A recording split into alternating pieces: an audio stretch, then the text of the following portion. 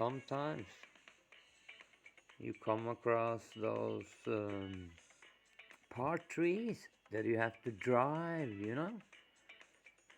And most of you guys, or many of you, are using the fusion because you think it stops fast and it's accurate, which is very correct.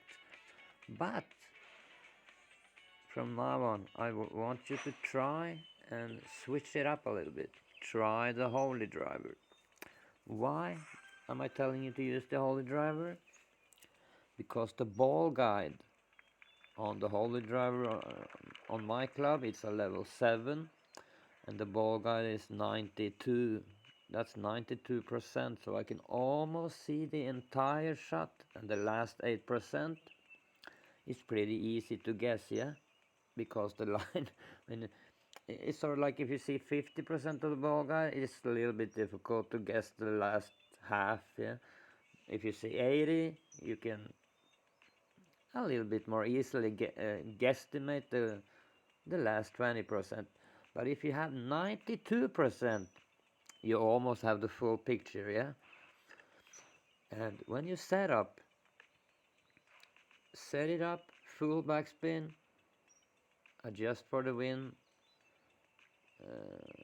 make sure that you straighten the ball guide, zoom in to the maximum, of course, use a good ball and all that good stuff. And when you have a backwind, you see in this shot, in my opinion, the replay is a little bit off. I'm usually not this aggressive.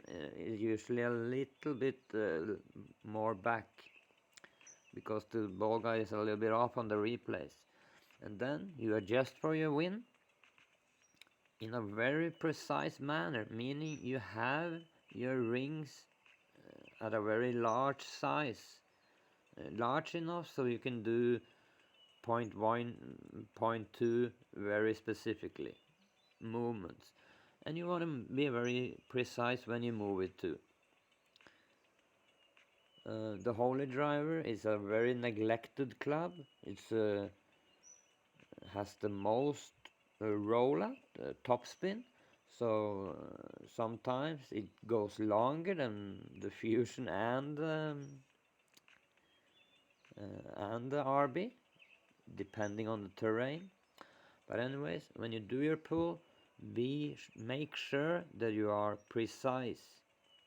When you finally get it, when I finally get it, try to make an ultimate, of course. That's very important, of course. And then you're gonna get very close, or you're gonna get a drop. And I'm gonna show you another holy driver, and this one is on Wolf Creek. And I know a lot of you guys struggle on the Wolf Creek one because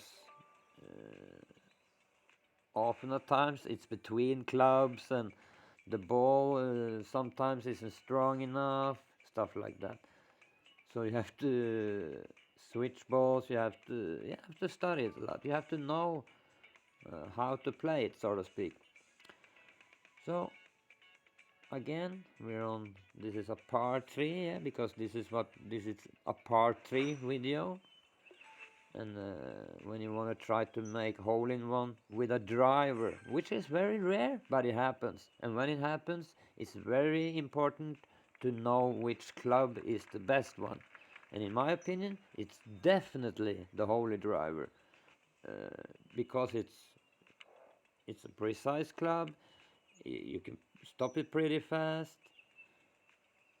If there was any way I could use the root or something, I definitely would, but you can't because you need a driver.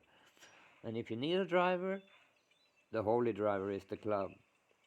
And then you do the same procedure as every time. You zoom in, you straighten out the ball guide. And I usually, when I have a headwind, when I see it stop as fast as this and doesn't have how much rollout after the first bounce, when it bounced the second time, it just stops. I usually put it in the cup. Yeah. Put the put the ball guide in the cup,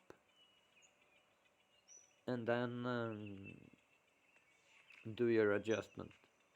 But again, very important that you're precise, yeah? And you look at me, I'm pretty aggressive. I know that it's gonna jump and do one bounce and then it's gonna stop almost immediately. It's maybe rolling out a little bit, but because of the headwind, uh, the ball guide is gonna be compressed a little bit.